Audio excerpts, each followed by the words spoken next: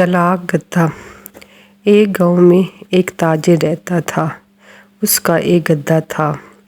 وہ اس پر نمک لاد کر شہر میں بیچنے کے لیے لے جاتا تھا۔ ان کے راستے میں ایک ندی بہتی تھی۔ گدھا آتے جاتے اس ندی سے پانی پیتا تھا۔ ایک دن گدھا ندی سے گزرتے ہوئے اس میں گر گیا۔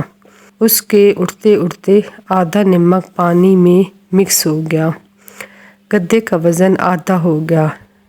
دوسرے دن پھر گدھا پانی میں بیٹھ گیا۔ نمک پانی میں مکس ہو گیا۔ اس کا وزن آدھا ہو گیا۔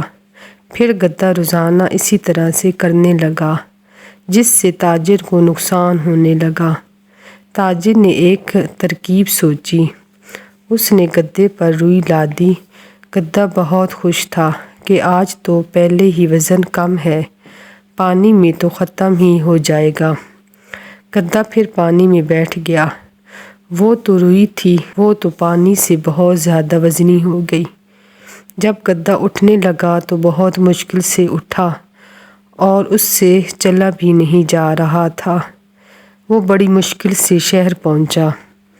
پھر گدھے کو سبق مل گیا۔ وہ پھر کبھی بھی پانی میں نہیں بیٹھا۔